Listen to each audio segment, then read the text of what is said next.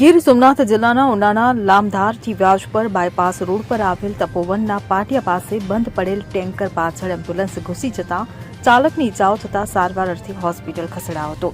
ત્યારે કચ્ચરઘાણ થયેલ એમ્બ્યુલન્સને રોડની સાઇડના ભાગે ખસેડી વાહન વ્યવહાર શરૂ કરવામાં આવ્યો હતો। આ સમગ્ર માહિતી અનુસાર એક ખાનગી હોસ્પિટલની એમ્બ્યુલન્સ અમદાવાદ શહેરથી દર્દીને લઈ ઉના તાલુકાના ગામમાં મૂકી પરત ફરી રહી હતી। ત્યારે એમ્બ્યુલન્સ ઉનાના લામધાર બાયપાસથી વ્યાજપર થઈ અમદાવાદ શહેર જવા નીકળેલ હતી।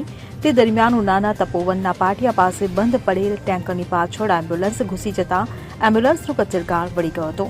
આ ઘટનાને પગલે લોકોના ટોળા ઉમટી પડ્યા હતા। ત્યારે આ ઘટનામાં ચાલક બબલુ રહેવાસી અમદાવાદને મોઢા, છાતી અને પગના ભાગે ગંભીર ઇજાઓ થતા તેને લોહી લુહાણ હાલતમાં ઉનાની ખાનગી હોસ્પિટલમાં સારવાર અર્થે ખસેડવામાં આવ્યો હતો।